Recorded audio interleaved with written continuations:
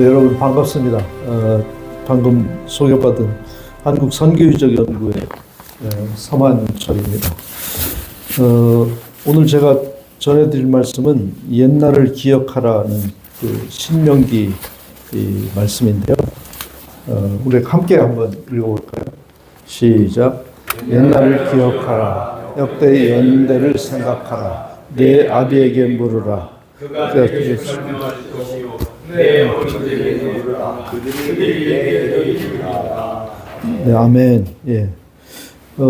아까 엠마오 중창단 이렇게 그 합창하시는 거 보니까 옛날을 이렇게 기억할 일을 좋아하는 그런 연대인데 목소리는 아주 우렁찼습니다. 매우 은혜였습니다. 감사드리고요. 성경에서 이렇게 옛날을 기억하는 일에 대해서 강조를 하는데 단순히 기억을 하라는 뜻이 아니고 옛날을 기억해서 이걸 다음 세대한테 전하고 이 신앙을 이어가라는 그런 굉장히 준엄한 명령이다. 저는 이렇게 생각을 하고 있습니다. 그래서 우리 시대에 우리가 기억해야 될 일은 무엇인가? 우리 신앙과 관련해서 그런 일들에 대해서 이렇게 생각을 하게 됐는데요. 제가 생각할 때는 우리한테 신앙을 물려주었던 그 신앙의 선배들이 하였던 일, 또 남겨놓은 일, 이런 것들을 우리가 잘 기억하고 이것의 의미를 다시 새기고 또 이것을 다음 세대한테 전해주는 것이 우리의 사명, 바로 이 신명기에서 내리는 명령을 이행하는 그런 길이 아닌가 저는 이렇게 생각을 하게 됐고, 그분들이 남겨놓은 행적이라든지 이런 것들이 기록으로도 남아있고 책으로도 남아있지만 기록과 책은 엄청 찾아 들어가서 또 봐야 되는 그런 노력이 필요한데, 남겨놓은 유적은 또 가서 눈으로 보면 더 쉽게 이해가 할 수 있고, 또 유적 특성상 유적의 현장에 가면 유적의 현장이 주는 감동이 있기 때문에 우리가 그 유적을 잘 보존하고 보호하는 일도 기록을 유지하고 책을 유지해서 후세에 전하는 일 못지않게 중요한 일이다.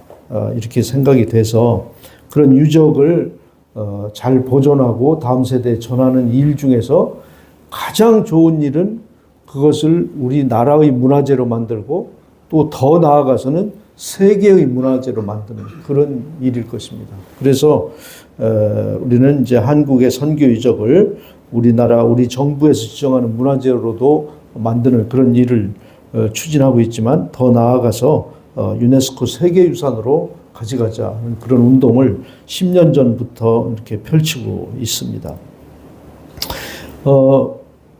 이 이야기를 들으면 어떤 사람들은 그게 무슨, 불교는 우리나라에 온 지가 뭐 1600년이 됐으니까 그렇게 오래됐는데 기독교는 뭐 온 지가 이제 100년 남짓한데 그게 되겠어? 이렇게 얘기하는 사람들도 있습니다. 뭐 남아있는 게 뭐 있는데? 이렇게 얘기하는 사람도 있고. 그거는 이제 특히 이제 문화라는 영역은 이제 아는 만큼 보인다라는 표현을 많이 하잖아요. 자기가 모르면 아무것도 없는 거예요. 자기가 못 보고 안 봤으면 아무것도 없는 거예요. 근데 알면 알수록, 깊이 알수록 그 가치를 느끼는 것이 이제 문화 영역이잖아요. 문화재도 이제 문화유산들도 이제 마찬가지죠. 그래서 이거에 대해서 좀 알면 그 가치가 이렇게 참 중요하고 크구나. 더군다나 같은 신앙을 가진 사람들끼리는 이걸 꼭 지켜내야 되겠다. 이런 각오가 이제 다시 서게 되는 것이죠. 그래서 이런 새벽에 여러분들께서 이렇게 이런 내용을 듣는다는 것은 제가 얼마나 잘하느냐에 관계없이 유적 자체가 주는 힘이 있기 때문에 굉장히 의미가 깊다 이렇게 생각을 합니다.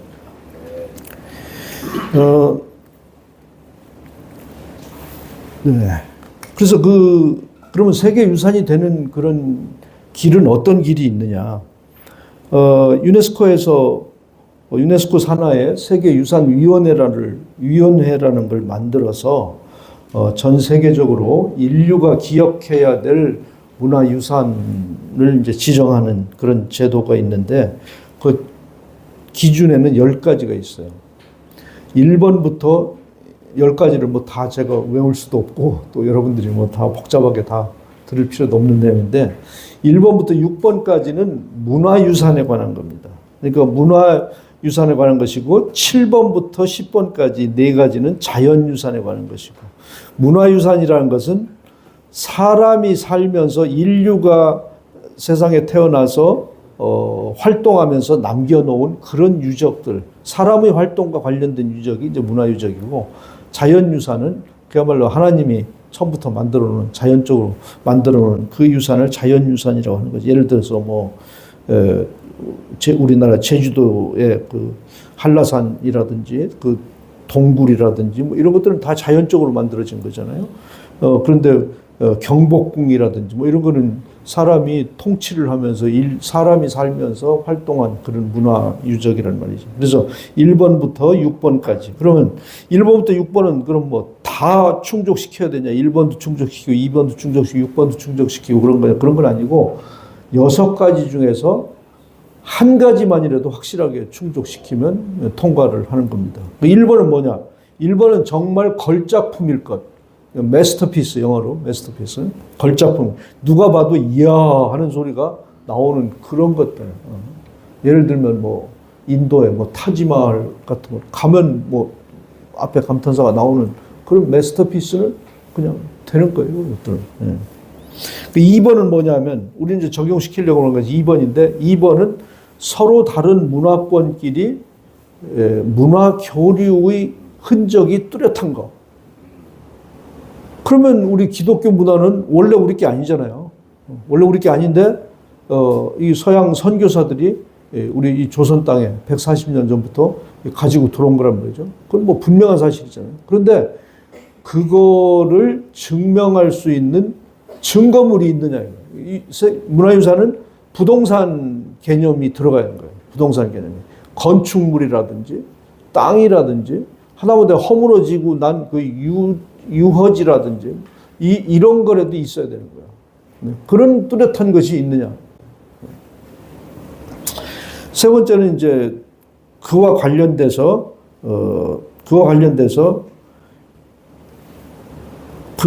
그런 증거들과 관련해서 지금까지 존재하거나 또는 사라진 문화적인 전통 이런 거를 나타내는 게 거기 있느냐. 요런 기준. 이게 조금 이제 설명하기가 그런데 여하튼 쉽게 설명하면 그렇습니다. 사라진 문화의 전통이나 이런 거를 그 유적 현장이 말해주고 있느냐. 그런 증거들이 있느냐. 요게 이제 세 번째 기준인데 되게 기독교 유산 같은 경우는 요 2번은 똑 떨어지는 거예요. 서로 다른 문화권끼리 교류 흔적인데 증거품만 있으면 되는 거야. 증거품이 없으면 안 되는 것이고 증거가 이제 부동산으로 있어야 되는 거냐. 그러면 2번, 기준 3번은 기준 2번하고 관련돼 가지고 그 활동으로 인해서 우리 전통이 바뀌었다든지 어떤 전통이 사라진 것을 그 유적 현장이 말해주고 있다든지 그런 것들을 얘기해 주는 것이 있느냐.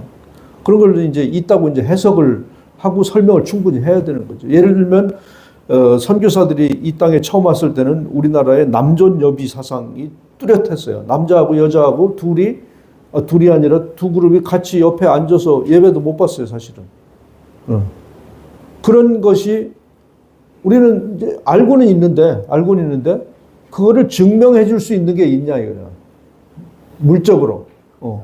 그런 거를 이제 찾아내는 것들이 이제 우리가 해야 되는 일이에요. 예를 들면 그건 뭐가 있냐? 금산교회 가보셨잖아요. 금산교회. 집을 기역자로 져가지고 이쪽은 남자가 앉고 이쪽은 여자가 앉고 남자가 앉는 쪽은 한문으로 막 상장문을 늘어지게 써놓고 여자가 앉는 쪽은 상장문에다가 한글로 이렇게 써놓고 들어가는 입구도 달라요. 목포 양동교회 같은 데도 들어가는 입구에 한자로 대한융이 4년 건축연도를 써놨어요. 남자 들어가는 데는. 여자 들어가는 입구에는 주강생 1910년 이렇게 쭉 한글로 또 써요. 이런 것들이 뚜렷한 증거로 나타나는 거예요. 그거를 갖다가 이제 설명을 해야 되는 거죠. 그거 그냥 지나가면서 보면서 그런가 보다 하고 지나가면 이건 뭐 아무 의미가 못 느끼잖아요. 그런데 그거를 설명을 듣고 보면 그게 남존여비 사상, 남자하고 여자하고 구별하고 남녀 7세 부동석, 지금은 사라진 전통인데 분명히 사라진 전통이잖아요. 그걸 나타내주는 증거잖아요. 그거를 이제 들이대는 거죠, 우리가. 심사진한테다가. 예. 그래서 그런 일들이 이제 필요하다는 거죠. 그래서 이런 기준 2번과 3번 이거를 이제 적용하겠다. 이게 제 설명을 들어보니까 여러분 어떻게 좀 와닿는 게 있습니까? 비슷합니까? 네. 이렇게 해서 심사진들한테 설명하면 먹힐 것 같아요? 네. 네. 감사합니다. 네. 그래서 사실은 이제 그러면 부동산적인 증거가 뭐가 있느냐? 제가 이제 여기서 여러 차례 말씀을 드렸기 때문에 대부분은 이제 알고 계실 텐데, 선교사들이 140년 전에 처음 와서 이 선교 100년 동안 우리나라에 머물렀던 장기 선교사는 3,000명 정도 됩니다. 3,000명 정도 되는데, 뭐 그게 그렇게 많은 숫자냐 이렇게 생각할지 모르지만 100년 동안. 근데 이제 미국 선교부에서 발표한 자료에 의하면 한국에는 세계 어느 나라보다 많은 선교사를 보냈다는 기록이 나와요. 미국에서는 사실은 한 200년도 더 됐죠. 해외로 선교사 파송된 지가 전 세계로 파송 선교사를 했었는데 한국에는 세계 어떤 나라, 어떤 민족보다도 그 평균적으로 3배의 선교사를 보냈다. 이렇게 발표를 하고 있어요. 미국 선교부에서. 그 덕분에 이제 우리나라가 이렇게 선교가 잘 되고 또 기독교 인구가 많이 늘어서 세계 2000년 선교 역사상 성공적인 그런 사례가 아닌가. 또 우리는 받는 선교에서 이제는 내보내는 선교로 이렇게 패턴을 바꾼 그런 성공적인 선교에 있어서는 G2의 국가가 됐다. 이렇게 자타가 공인하는 그런 형편이 됐습니다. 그 선교사들이 와서 3,000명이나 되는 선교사들이 와서 이렇게 각자 흩어져서 막 자기 내 주장이 옳은 대로 이렇게 선교를 했던 것이 아니고 굉장히 조직적으로 했죠. 조직적으로 해서 어떤 도시에 선교를 해야 되겠다고 판단이 들면 그 도시 외곽에다가 땅을 한 5만 평 내외의 땅을 확보를 합니다.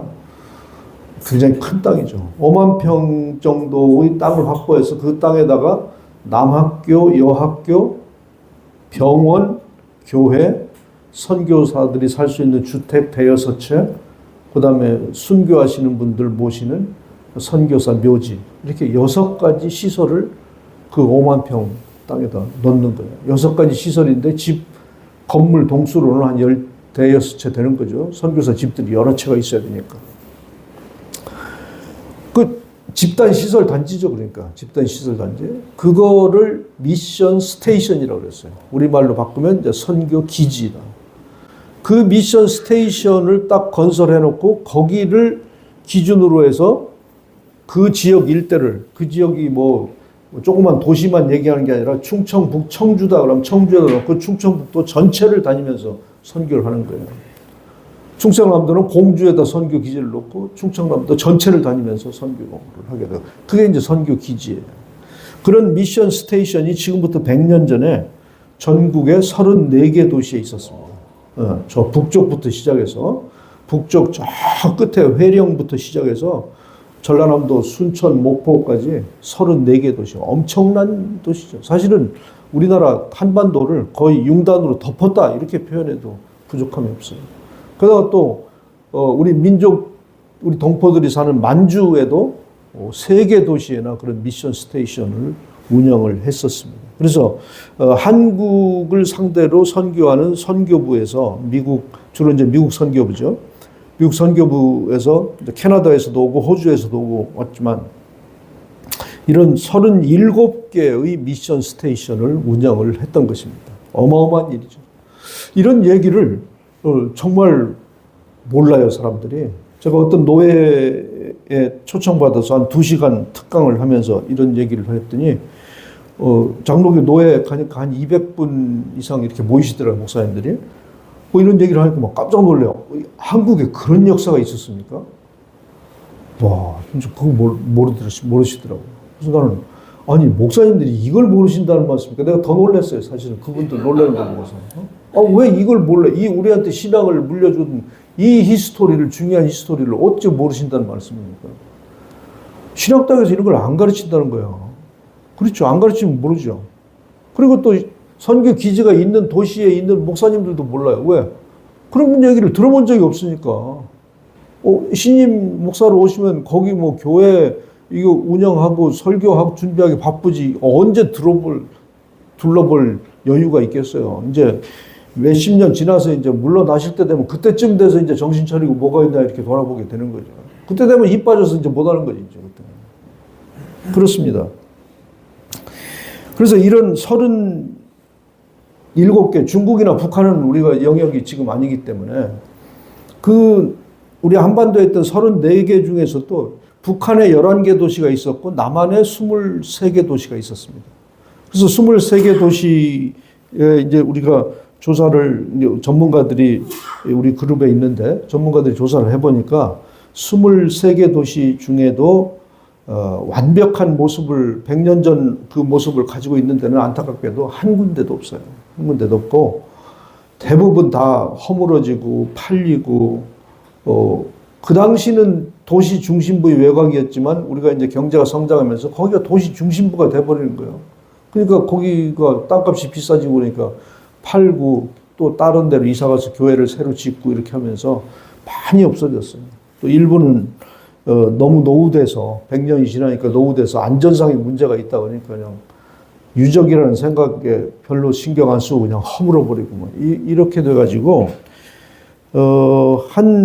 그래도 그 당시 시설의 한 70% 정도를 지키고 있는 도시가 8개 도시가 있더라고요.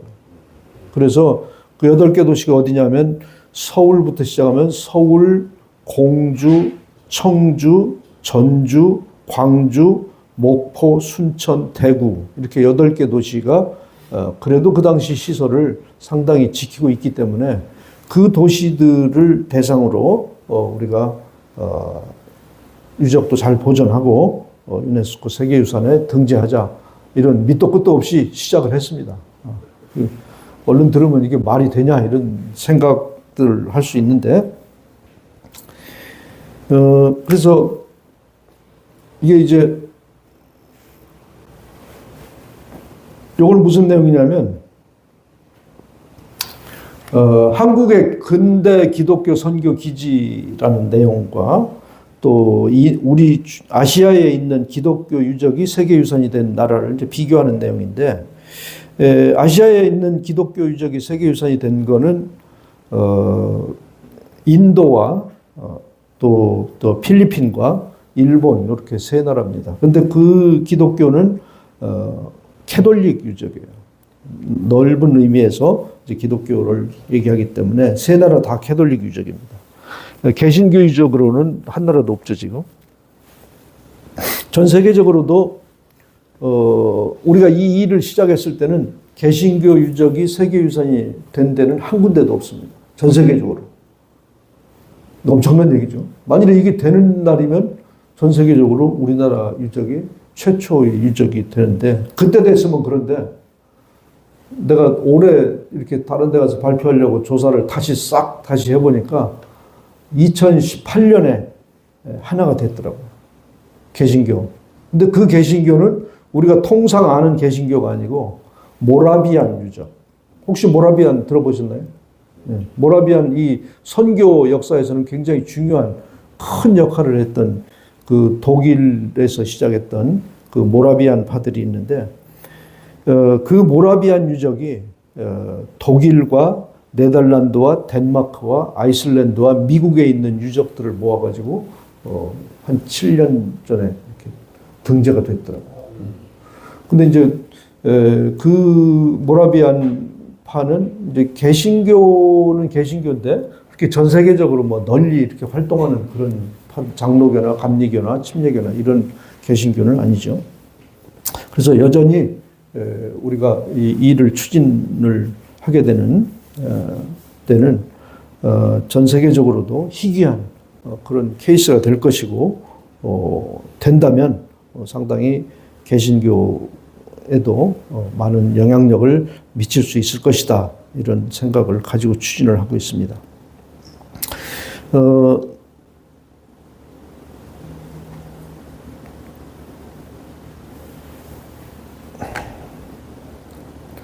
저희는 10년 전에 2015년 12월 달에 국가유산청에 한국선교유적연구회라는 단체를 이렇게 등록을 했습니다. 등록을 하고 그 다음에 2016년 11월 달에 전라남도 도청에서 국제학술회의를 했어요. 전라남도 선교유적의 가치 재발견이라는 그런 제목으로 어떻게 하자마자 이렇게 했냐면 2015년에 이제 이런 활동을 해야 되겠다고 결심을 하고 사실은 이제 제가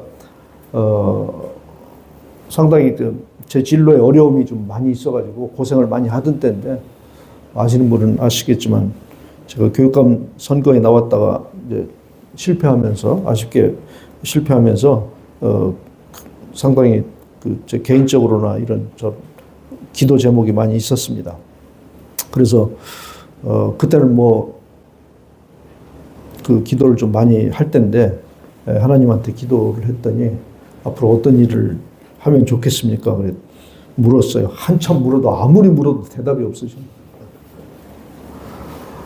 근데 한 번은 새벽에 이렇게 기도를 하는데 네가 잘하는 걸 했으면 좋겠다 하는 그런 음성은 아니고 그런 생각이 이렇게 들었어요. 그래서 이건 하나님께서 주시는 그런 응답인가 보다 이렇게 생각을 하고 제가 잘하는 게 뭐가 있습니까? 그랬더니 그래도 여전히 또 대답이 없어요.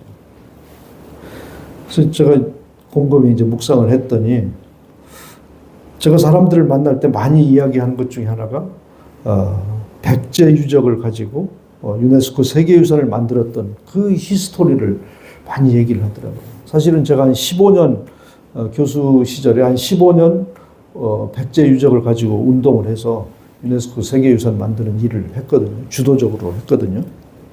그 이야기를 많이 해요. 그때 있었던 그 비사라든지 어려움이 있을 때 어떻게 해결했다든지 이게 내가 잘하는 일이었나 보다 이런 생각이 들었고 근데 하나님께서 백제 유적 이걸 가지고 하라는 말씀은 아닐 테고 뭘 말씀하실까 그랬더니 선교사들이 남겨놓은 유적을 잘 보호하고 보존하고 이렇게 하라는 뜻이구나 이런 깨달음이 왔습니다. 그래서 그런 깨달음이 있은 그날 새벽 기도 날 그날이 목요일이었는데 바로 길을 찾아서 국가유산청 그때는 문화재청이죠. 거기다가 사단법인을 등록을 하고 이 일을 이제 시작을 하게 됐던 것입니다.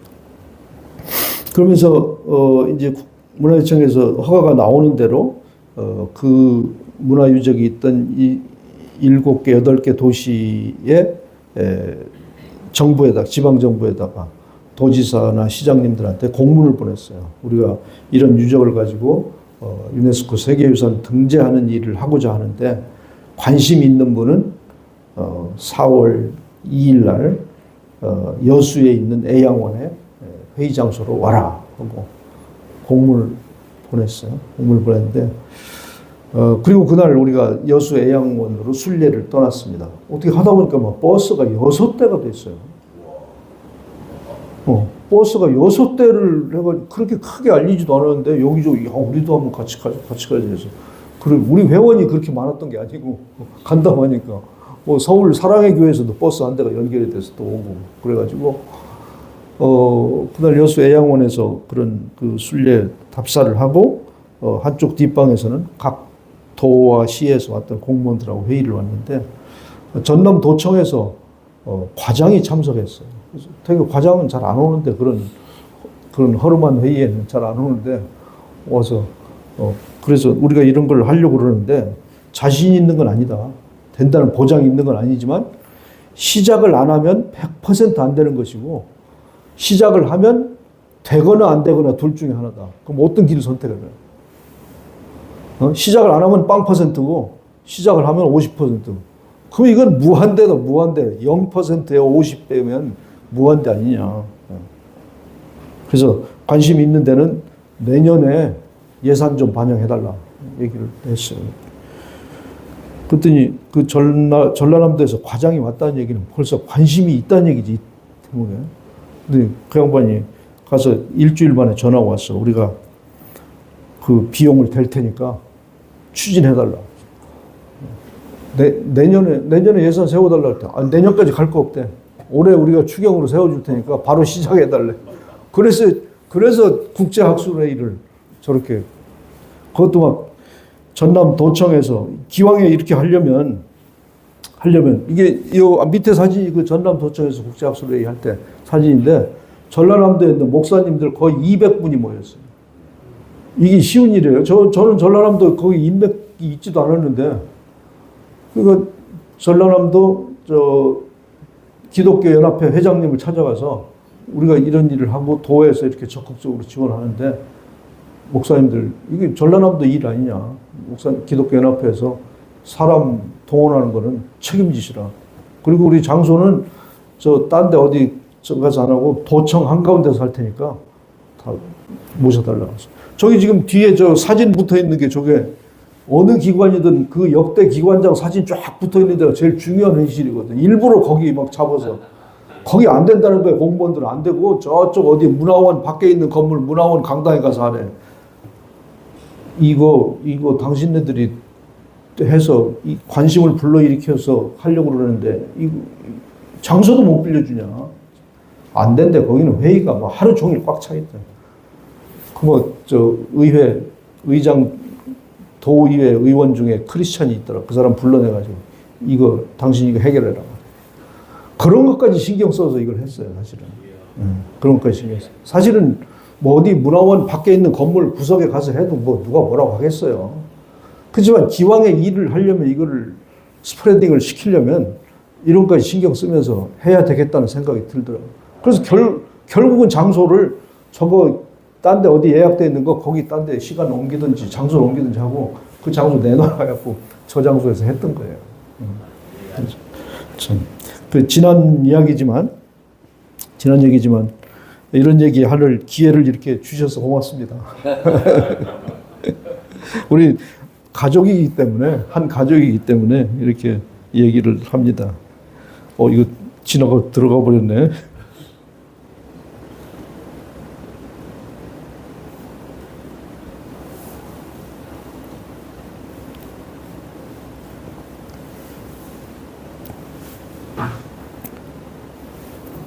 딴 얘기를 오래 했더니만. 그래서, 그 다음에 이제 그렇게 하고 나서 전라남도를 하고, 그 다음에 공주, 충청남도도 하고, 그 다음에 전라북도 도청에 가서, 아니, 전라남도는 이렇게 하는데 전라북도는 안 해도 돼요? 그래서 전라북도는 전라남도처럼 예산이 없대. 예산 될 수 있는 게 얼마인데? 1,500만 원밖에 못 된대. 그래도 줘라. 그거 갖고는 안 되지만, 그거 가지고 나면, 우리 전라남도 전주에 있는 사업하는 사람들 크리스찬 중에서 이렇게 동원해가지고 3배 불려가지고 할 테니까 내놔라. 그래서 전라북도에 가서도 전라북도 도청 회의실에서 그런 세미나를 했고, 그렇게 해서 이제 쭉 이어왔어요. 대구에서도 하고, 청주에서도 하고, 그러면서 이런 이제 책도 발간하고 논문집도 발간하고. 그래서 이 논문집은 이제 각 신학대학교에 있는 역사 신학들 또 한국의 선교 역사에 대해서 정통한 그 교수들을 모셔가지고 전문적으로 어디다 내놔도 사실 손색 없는 그런 이제 책을 이제 발간을 하게 된 거죠. 이렇게.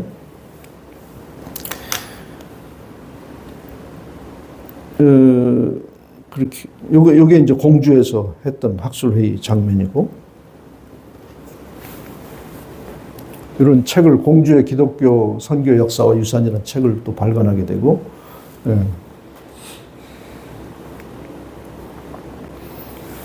또 그런 과정에서 이제 감동적인 그 선교사 이야기를 제가 또 두란노에서 책을 펴냈습니다. 기도가 된 편지라는 책으로. 또 이분들의 그 공적을 이렇게 보다 보니까 공주 선교 유적지를 이렇게 건립했던 34년 동안 건립하고 충남 최초의 근대 학교인 공주 영명중고등학교를 건립해서 운영했던 34년이나 운영했던 윌리엄스 선교사님은 우리의 독립운동하고도 관련이 있으신 분이고 또 우리 정부 수립하고도 관련이 있으신 분이고 그리고 그 과정에서 우리 보훈부에 추천을 해서 건국 포장을 이렇게 받게 했습니다. 건국 포장을 받게 했고 사실 그 훈장 중에서도 이 보훈부의 훈장은 좀 성격이 다릅니다. 이 보훈부의 훈장을 받게 되면 연금이 따라붙기 때문에 심사가 굉장히 까다로워요. 하나하나. 딴 부서에서 하는 것보다 몇 배 더 까다로운데 여튼 이 독립운동과 관련됐던 그런 분이시기 때문에 그렇게 훈장을 이렇게 받게 해드렸던 말씀 드리고 우리 홍종광 사무총장님이 시간 내로 끝내라고 그냥 몇 번 얘기를 하셔갖고 빨리빨리 가도록 하겠습니다. 그래서 그렇게 해서 했더니 이제 그런 이력들이 쌓여가지고 2021년에 우리 정부에서 국가유산청에서 다음번에 유네스코에 추천하려면 그 잠정 목록이라는 풀에 들어가 있어야 돼요. 그 잠정 목록 풀에 들어가 있는 유적 중에 1년에 하나씩밖에 신청을 못 해요. 유네스코. 어떤 나라든지. 미국도 그렇고 아프리카 조그만 나라도 그렇고. 유네스코 룰이에요. 근데 잠정 목록에 못 들어가면 아예 뭐 신청조차 안 되고. 그래서 우리는 일단 잠정 목록에 들어가는 게 목표예요. 근데 잠정 목록에 다음번에 뭐 들어갈 건가를 조사를 시켰어. 우리 정부에서 조사를 시켰는데 거기에 전국에 있는 60건을 대상으로 기독교 유적뿐만 아니라 모든 문화유적을 대상으로 60건을 대상으로 조사했는데 8건을 우선 추천을 했어요. 다음번에 잠정 목록으로 이런 걸 넣었으면 좋겠다. 전문가들이. 거기에 4번째로 근대 기독교 선교 기지 이게 들어간 거예요. 예. 예, 박수 한번 크게 쳐주세요. 그래서 저거는 잠정 목록에 들어갔다는 얘기가 아니라 다음번에 이제 신청하면 가능성이 높다는 얘기죠. 그래서 저 심사진들한테다가 우리가 그동안에 했던 거 그냥 다 보냈어요. 논문이고 책이고 뭐 우리가 이런 활동했다. 그러니까 이게 준비가 상당히 됐다는 걸 알잖아요. 그러니까 저기 추천이 됐고 저기에 들어갔기 때문에 그 다음 해부터 기초 학술 조사를 해라고 예산이 국가유산청에서 주어지기 시작했어요. 그러니까 이게 단계별로 다음번에 되면 이게 되겠지. 내가 알고 하는 것도 아니었어요. 한 발 한 발 진짜 인도를 받았어요. 인도하심을 받았어요. 그러니까 공주, 그다음에 광주, 전주 이렇게 7개 도시에 이제 선교 기지가 있는데 기초학술조사비가 이제 우리나라 예산 시스템상 중앙에서 50%가 서면 도하고 시에서 각각 25%씩 세워서 100%를 채우는 거예요. 그러니까 중앙에서 딱 서니까 도나 시 8개 도시를 내가 설명하러 안 다녀도 자동적으로 이게 이제 서게 되는 거예요. 그래서 7개 도시를 다 그 예산이 서가지고 3년 동안 올해까지 7개 도시 조사를 다 마쳤습니다. 조사 마치고 내년에는 이제 그 잠정 목록 신청 절차를 이제 밟으려고 그러는데요. 그 다음에는 이제 이게 그 공무원들만 움직인다고 되는 일도 아니고 전문가들만 움직인다고 되는 일도 아니고 이거는 이제 교계하고 또 관련이 돼 있기 때문에 교계의 동의가 어느 정도는 필요하고 또 소유 기관들이 또 다 달라요. 예를 들어서 뭐 백제 무령왕릉이나 이런 것처럼 정부가 딱 소유를 하고 있으면 정부가 결정하면 그냥 진행하는 건데 여기는 소유주가 다르기 때문에 소유주가 민간이라서 아무리 좋아도 나 그런 거 골치 아파. 그거 하면 뭐 사람들도 많이 왔었고 뭐 다 부서질 거고 뭐 집 짓는데도 또 허가도 받아야 되고 뭐 골치 아파서 안 해. 그럼 못 하는 거예요. 그러니까 이 교계의 동의를 얻는 일, 또 소유주의 동의를 얻는 일, 이런 절차가 또 필요해요. 그래서 그분들하고 또 연결해서 그래서 지금 한국 개신교회를 대표해서 우리 정부와 교섭 창구 역할을 하는 데가 한국교회총연합이더라고요. 그래서 한교총하고 저희 한국선교유적연구회하고 MOU를 맺었습니다. 사실은 우리가 찾아가서 MOU 좀 제발 좀 맺어주십시오 했던 건 아니에요. 한교총 사무총장이 어느 날 연락이 왔어요.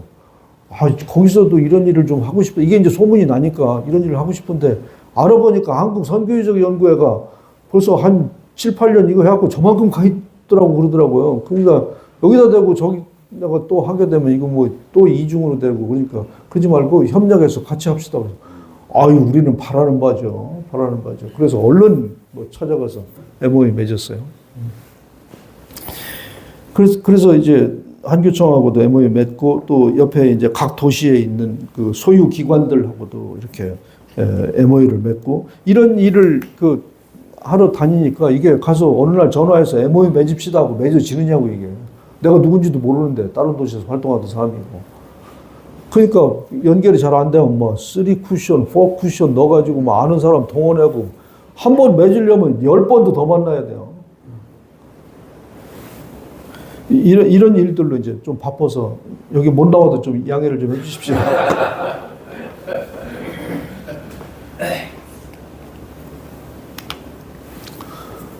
이게 이제 그렇게 해서 이제 또 이게 문화유적은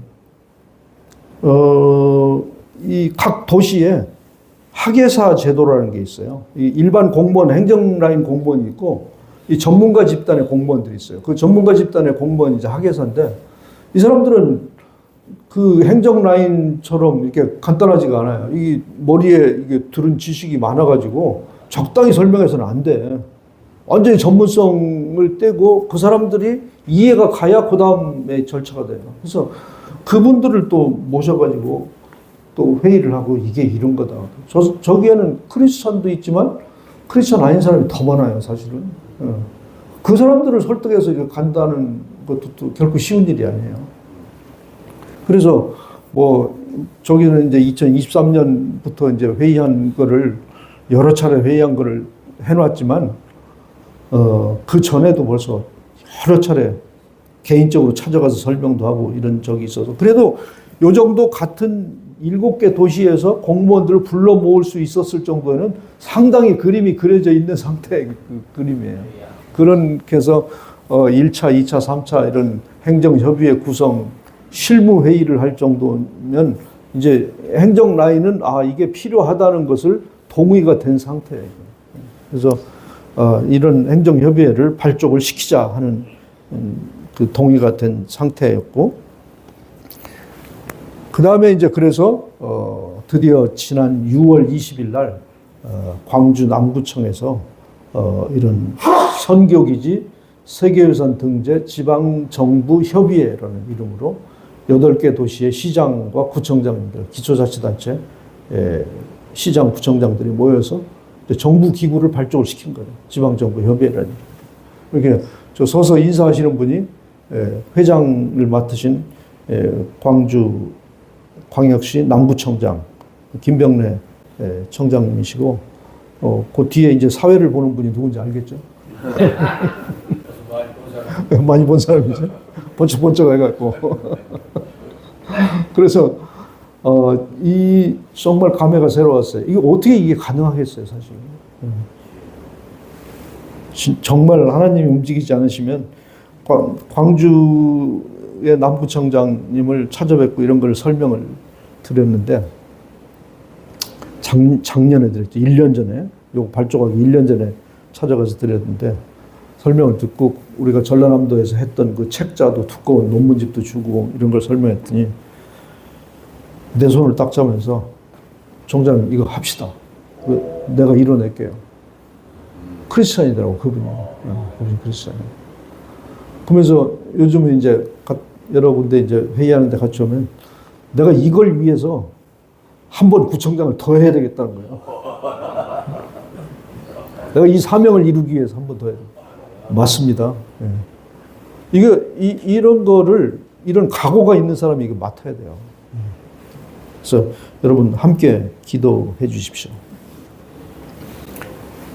여기 광주 남구청장님, 저 사회 보시는 분은 이제 대구의 중구청장님, 그 오른쪽에는 공주시장님, 이렇게 8개 도시의 이제 시장, 구청장들이 이렇게 모여서 지방정부 협의회를 마련했고, 이 지방정부 협의회가 만들어지니까 이게 법적 기구인 거예요. 이게 이제 행정안전부로도 이런 조직이 구성됐습니다고 공문이 가고, 국가유산청으로도 이런 조직이 만들어졌습니다. 협조를 바랍니다고 국가유산청으로도 공문이 가고, 이제 정식적인 정부 조직으로 이게 출범이 돼서 1년에 2차례씩 회의를 하게 돼 있어요.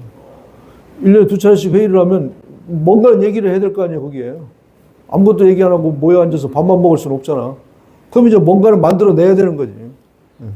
그 만드는 일을 이제 우리 한국선교유적연구회가 맡았어요.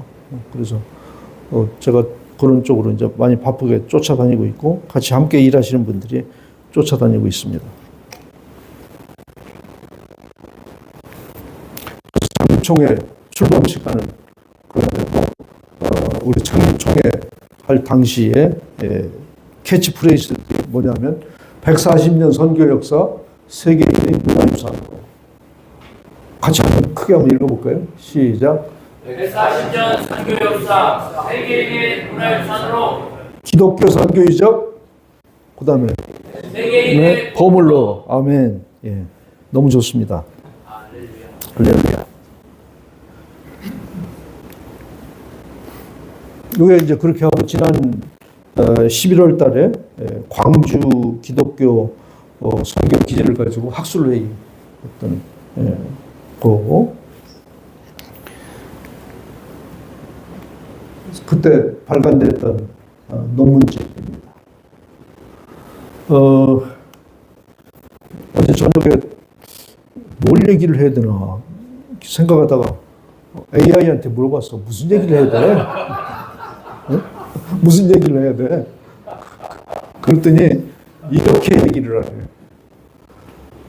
단순한 회고가 아니라 기억하고 연결하고 전승하라는 명령이다. 와, 이거 이렇게 단호한 얘기를 AI가 이렇게 쳐달라고. 선교유적의 세계유산 등재는 신앙을 자랑하기 위함이 아니고 인류에게 기여한 복음의 열매를 겸손히 봉헌하기 위해서 우리가 이런 일을 한다. 그래서 우리는 교회의 유산을 세계유산으로 만들려는 것이 아니라 하나님께서 이 땅에 이루신 선한 역사를 인류의 기억 속에 남기려 하는 것이다.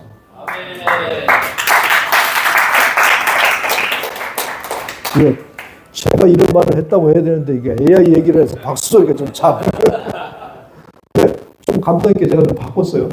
그 문구를. 여튼 교회의 역사를 자랑하려고 하는 게 아니라 하나님이 이 땅에서 이룬 선한 역사를 인류의 기억에 남기려 하는 일이다. 너무 아름다운 거죠. 인류의 기억에 남기려 하는 일이다. 그래서 우리가 이런 일을 한다. 이런 얘기를 듣고 동참을 안 하는 사람이 있다. 그거는 굉장히 강심장들인 거예요. 우리 홍보국장님을 맡으신 MBC 사장 가시려고 하시는 분, 다 가입시키세요. 여기 계십니다. 얼마나 영광입니까, 사실은. 제가 그 유관순 열사 스승 동상을 세울 때 100주년 기념회, 3.1운동 100주년 기념회인데 5만 원 낸 사람이나 1억 원 낸 사람이나 이름 다 적어놨어요. 460명. 그 비석 뒤에가. 그 이름은 이제 100년이 갈지 1000년이 갈지 몰라. 거기에 적힌 이름 돌에다 새겼기 때문에. 돌에다 새기는 게 중요한 거예요.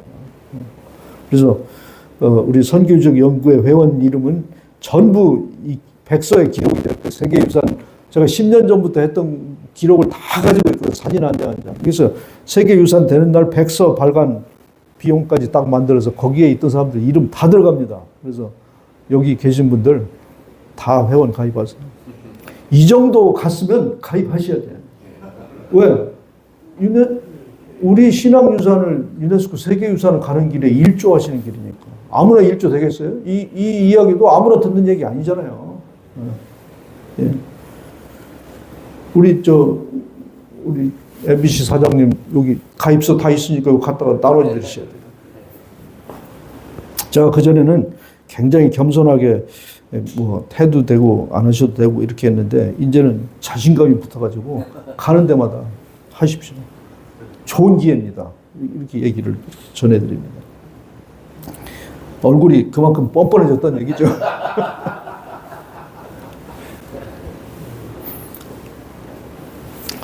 그래서 저는 그 가보가 이겁니다. 백제유적을 유네스코 세계유산을 만들고 백제유적을 만들 때는 5개의 지방자치단체가 연합했어요. 충청남도, 전라북도, 공주시, 부여군, 익산시. 그래서 5개 지자체장님들이 연명해서 공로패를 받았어요. 사실은 저는 이 대통령한테 받은 것보다 더 귀하게 여깁니다. 5명이 이렇게 한다는 게 쉬운 일이 아니에요. 근데 저는 앞으로 8명이 이렇게 사인한 걸 받고 싶어요. 그런 욕심이 있습니다. 욕심이라고 표현해서 좀 그렇지만 하나님이 이렇게 인도해 주시기를 기도하고 있습니다. 그래서 가보를 가로칠 수 있도록 함께 기도 좀 부탁드리겠습니다. 이 일을 하면서 사실 이것이 된다는 보장을 받고 하는 것은 아닙니다. 40년 광야 생활을 마치고 가나안 땅에 들어갈 때 그 법궤를 맨 제사장들 앞에 정말 철철 넘쳐 흐르는 그 요단강이 있었잖아요. 그 요단강 물이 중단돼야 200만이 되는 그 유대들이 넘어갈 텐데 그때 중단된 다음에 넘어갔다고 기록하지 않고 법궤를 맨 제사장들이 그 흘러 넘치는 물에 발을 담갔을 때 물이 멈춘다고 했습니다. 그때 안전하게 물이 멈추고 넘어갔다. 이렇게 성경은 이야기하고 있습니다. 저는 이 일을 추진하면서 아까 옛날을 기억하라. 그런 신명기 말씀이 사명을 준 것이고 또 이 일을 추진하는 과정 중에서는 이 구절이 늘 힘을 주는 그런 구절입니다. 제가 보장을 받고 뭐를 된다는 이 보장이 있는 상태에서 하는 것은 아니에요. 이 200만의 생명을 살릴 때도 그 흘러 넘치는 물에 발을 담궜을 때 멈췄다고 했습니다. 그래서 시작을 하는 것이 굉장히 중요하다. 이 말씀에 힘을 받고 일을 하고 있다는 그런 말씀을 드립니다. 우리 한국선교유적연구회 로고가 좀 작게 나와 있는데 저 로고의 의미는 가운데 제일 밑에 있는 게 M자 비슷하잖아요. 성경책을 펼쳐놓은 것이기도 하고 미션이라는 뜻을 가지고 있고 선교라는 뜻을 가지고 있고 그 위에 H는 하스피탈, 병원. 예수님의 3대 사역이 가르치고 병 고치고 복음 전하는 그 3가지였잖아요. 그래서 선교사님들이 오셔서도 똑같은 일을 했습니다. 가르치고 스쿨, 오른쪽에 스쿨, 병 고치고 왼쪽에 하스피탈, 복음 전하는 그 십자가 교회. 요 예수님의 3대 사역을 그 미션이라는 성경책 위에 표현하고 거기에서 파생된 그 유적들을 잘 보호하자고 한국선교유적연구회를 철자를 쫙 둘렀어요. 보호하는 프로텍션의 의미를 담아서. 그래서 상당히 기도하면서 만든 그런 로고인데 이런 일들이 그 뜻대로 잘 이루어지기를 함께 기도해 주시기 바랍니다. 감사합니다.